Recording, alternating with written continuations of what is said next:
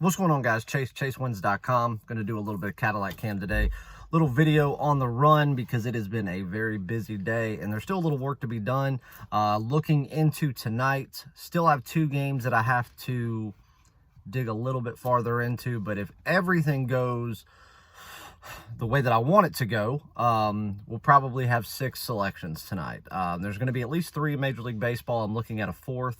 There will be 1 NHL selection, and I still have a little bit of work to do in the NBA selection that I'm looking at. So I'm hoping for 6 selections tonight. I would say there will be at least 5.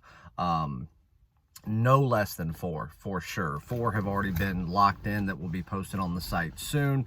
But let's tell you what we did yesterday. We kicked off another week of profit, and that was all due to the MLB. Again, 4 selections in the MLB for Monday, going 3-1. The only game that we dropped was the Cincinnati Reds. Trevor Bauer didn't pitch a bad game. I don't want to even hint at that, but it certainly wasn't a game like we've been used to seeing him pitch in 2020. So we had a little bump in the road, I guess you could say. So we did drop that game, but then we did have the St. Louis Cardinals and the Kansas City Royals over. That right there was our 7th MLB total selection of the season, and that's our 7th straight winner there. So we are still 100% perfect on MLB totals. And then we also had the Chicago Cubs, very low money line against the Detroit Tigers. That was an easy blowout win.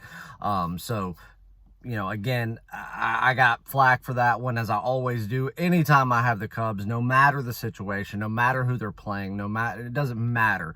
If I choose the Cubs, people give me shit for it. And I rarely choose them. You know, I rarely play them. And I fade them just as much as I back them. But when the numbers are there, the numbers are there. And that's all there is to it. So it is what it is. And we also had the St. Louis Cardinals yesterday on the money line. So we had 2 plays in that one game. We won all 3 of those. We did drop the Cincinnati Reds. So 3-1 there. So congrats. We kicked off another week of profit after we had a little bump in the road this weekend. Sunday ended up being a good day overall with a great NASCAR card. 2-1. Patrick went on his head-to-heads, and he had another race winner with Kevin Harvick at plus 550. So another profitable day there. Great in horse racing. And there should be a good bit of horse racing throughout this week, starting as early as tomorrow and rolling all the way through Sunday.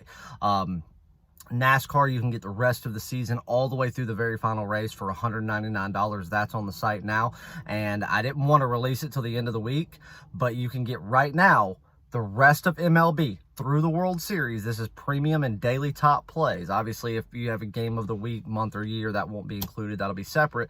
But all premium and daily top plays in Major League Baseball through the World Series for $500. That's on the site as well. If you want a shorter term package, you can do a 3-day, 7-day, or 30-day pass. That's all on ChaseWins.com as well. But let's get on a free play for everyone, and we're going to go to an MLB total. This one may surprise some people, because we're going to go to the game involving the Baltimore Orioles and the Tampa Bay Rays. Tampa Bay's playing at home. They've got Glass now, which is, over the past couple of seasons, that's really been their stud pitcher, more so than Blake Snell. But even though Glass now, for the past couple of years, has been that Cy Young contender in the American League, one of the most elite arms in baseball, is he still an elite arm? No question about it. Is he Cy Young material right now? No, he's actually pretty far from it, but that doesn't take away from how good and talented he is. He is still a big boy arm. And when you have the likes of a Glass now or a Snell on the mound, even though Tampa Bay is not the most talented team at the plate, they don't have a ton of power, they bat well. Sometimes they don't get the run support that they need, but they swing the bat with confidence. They're comfortable. They go in with just a mindset of, hey, we've got a stud arm on the mound. We'll go back them up and we'll bag this game. It'll be an easy win. And sometimes it's that mindset that you need to pull out wins. So I think you'll get that tonight with Glass now on the mound. Now, you know, switching over to the Orioles, they're still not a great team. But one thing that I've got to hand it to them and their management staff is they've gone out there and left it all on the field. They're aggressive at the plate. As aggressive as any team has been in baseball this year, the Orioles are at the top of that conversation. They don't always have success with that aggression, but they go out there and swing for the hills no matter what. Sometimes it works, sometimes it doesn't. But with, I think, Glass now being kind of a shell of himself, And he's pitching at home, where Tampa Bay tends to give up more runs when they're pitching at the worst ballpark in all of baseball, Tropicana Field. I think you'll see some runs generated by the Orioles. I don't know that it'll be a lot, but all it really needs to do what we need to do is, if they bag a couple of runs, I think we'll be okay. Because I think that Tampa Bay is going to go out there and be a little more aggressive than they usually are. They'll have that confidence, that mindset. And I think that both teams will struggle when they get to the pen. The Orioles are going to have to rely more on their bullpen than they probably would like in tonight's game.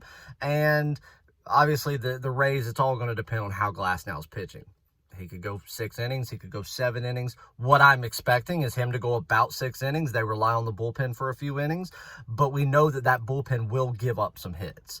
So I really do believe that with the way Baltimore swinging the bat, with the confidence that Tampa Bay has when they get the likes of a Glasnow or a Snell on the mound, you're going to see a lot of swinging, a lot of aggressive swinging. You're going to see a lot of contact made. You'll probably see a couple of home runs out of there tonight.